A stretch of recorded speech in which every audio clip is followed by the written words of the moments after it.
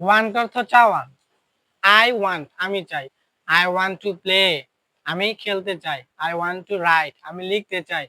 I want to read আমি পড়তে চাই। আই ওয়ান্ট টু ওয়ার্ক আমি কাজ করতে চাই। আই ওয়ান্ট টু ডু আমি করতে চাই। আই ওয়ান্ট টু ওয়াক আমি হাঁটতে চাই। আই ওয়ান্ট টু সে আমি বলতে চাই। আই ওয়ান্ট টু গো আমি যেতে চাই। এখন তোমরা আই এর জায়গায় যদি ইউ বসাও তাহলে ইউ ওয়ান্ট তুমি চাও। ইউ ওয়ান্ট টু প্লে তুমি খেলতে চাও। ইউ ওয়ান্ট টু রিড তুমি পড়তে চাও। ইউ ওয়ান্ট টু গো তুমি যেতে চাও। You want to read a book তুমি একটি বই পড়তে চাও। যদি ইউ এর জায়গায় দে বসাও দে ওয়ান্ট তারা চায়। দে ওয়ান্ট টু রিড তারা পড়তে চায়। They want to read a book তারা একটি বই পড়তে চায়। দে ওয়ান্ট টু গো তারা যেতে চায়। দে ওয়ান্ট টু গো দেয়ার তারা সেখানে যেতে চায়। দে ওয়ান্ট টু প্লে তারা খেলতে চায়। They want to play football তারা ফুটবল খেলতে চায়। দে ওয়ান্ট টু সি তারা দেখতে চায়। দে ওয়ান্ট টু ওয়ার্ক তারা কাজ করতে চায়। দে ওয়ান্ট টু ডু তারা করতে চায়। দে ওয়ান্ট টু ওয়ার্ক তারা হাঁটতে চায়।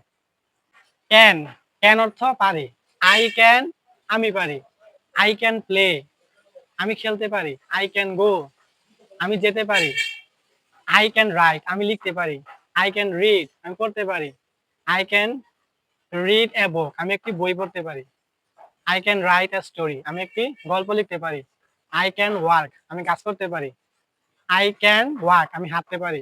আই ক্যান ডু আমি করতে পারি। এখন আমরা এই ক্যান মানে পারা, এখন আই এর জায়গায় যদি আমি ইউ বসাই তাহলে ইউ মানে তুমি। ইউ ক্যান তুমি পারো। ইউ ক্যান গো তুমি যেতে পারো। ইউ ক্যান রাইট তুমি লিখতে পারো। You can write a story তুমি একটি গল্প লিখতে পারো। You can write a book তুমি একটি বই লিখতে পারো। আমরা যদি সাবজেক্টটা ইউ এর পরিবর্তে দে করি তাহলে দে অর্থ তারা। দে ক্যান তারা পারে।